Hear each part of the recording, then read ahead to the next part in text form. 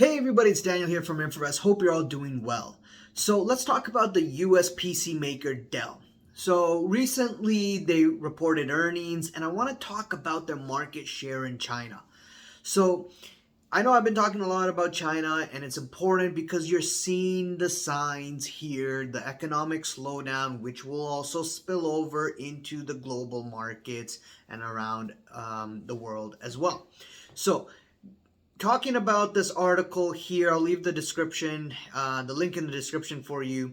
It says U.S. personal computer giant Dell Technologies saw its Chinese sales plummet in the second quarter amid a weaker macro environment and the company's reported plan to cut reliance on China-based supply chains. So that's a problem, right?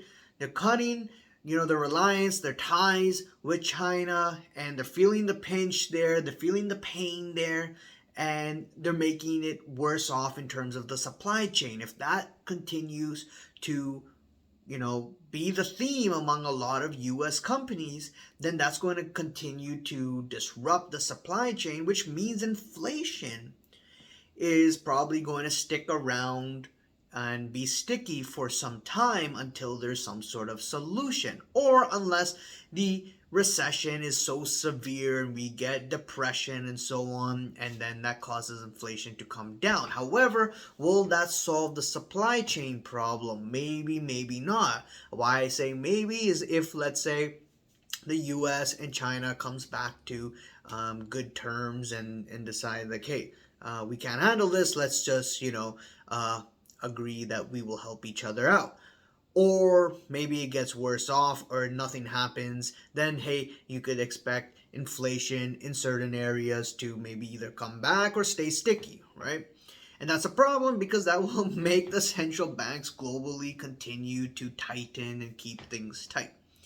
Now, in the second quarter, Dell's shipments of desk and notebooks in China plunged 52% to 804,000 units, according to a report by research firm released on Tuesday. Dell's share in China's PC market shrank to 8% in the quarter, at a fourth spot compared to 14% in the same period last year. So it's dropped from 14 to 8%. Their market share is shrinking. They're seeing the pain, the pinch in the Chinese economy, and the supply chain is also being disrupted there.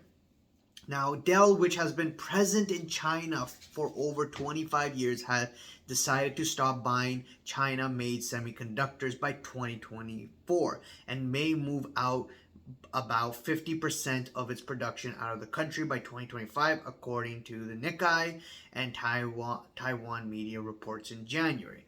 Again, disruption in the supply chain. How does this make inflation better off unless they're able to do this smoothly and the supply chain can come back online? And what, Taiwan's going to fill all those orders? Maybe, maybe not.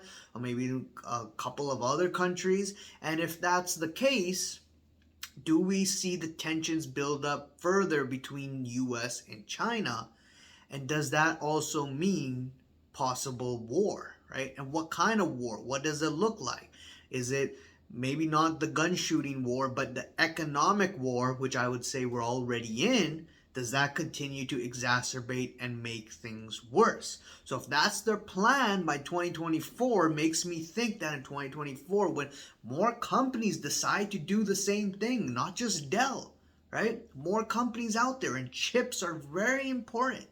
Right? Not, I understand that semiconductor industry, will be heavily affected by this as well, but chips go into almost everything, and that will be heavily, heavily affected, and that will cause prices to continue to be elevated for some time, and who knows what else that will bring down the road in 2024, right? And especially if you get the theme of not just Dell, but more companies doing the same thing. These are big companies. Dell is a big company. Got more US companies doing the same thing.